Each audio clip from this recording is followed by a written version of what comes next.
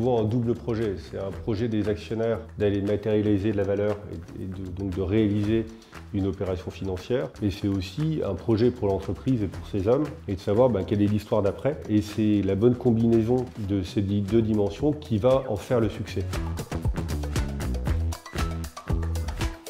Un processus de cession, ça se décompose en une phase de préparation. Et cette phase de préparation, elle est variable en fonction de l'état de maturité de l'entreprise et de sa préparation. Ça prend, on va dire, 3 à 6 mois. Et puis ensuite, on rentre dans un processus qui se veut le plus rodé possible, dans lequel, entre 6 et 8 semaines, on va aller chercher des offres non engageantes.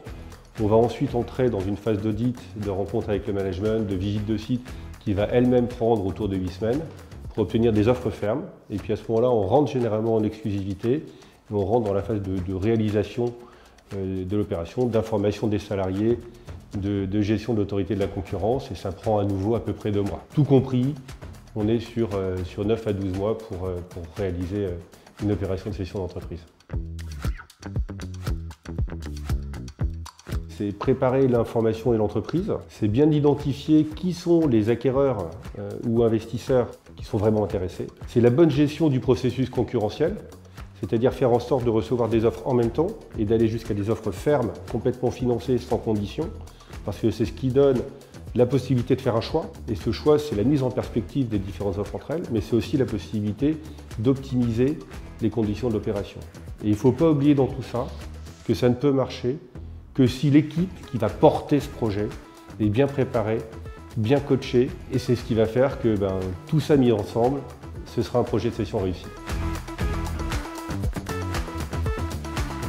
La préparation, c'est préparer l'information de l'entreprise pour qu'elle soit structurée et prête pour être entendable dans le langage des différents acquéreurs financiers ou stratégiques, et qui implique souvent l'expert comptable, qui implique les avocats, qui implique l'équipe elle-même.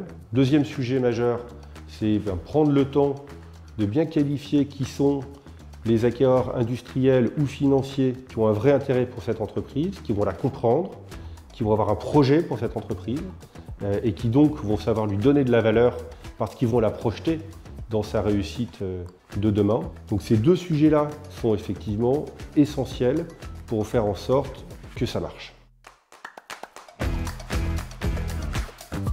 On est nous-mêmes des entrepreneurs.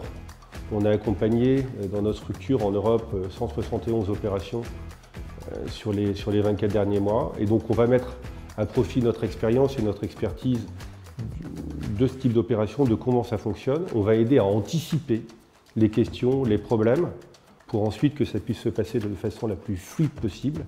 Et puis on a ces valeurs, cette culture humaine qui permet de bien comprendre, de travailler en équipe avec nos clients et de faire en sorte, dans les moments de stress et de tension, d'avoir créé une relation de confiance qui va faire qu'on va trouver des solutions et tout le monde va converger pour aller chercher une opération qui fonctionne bien.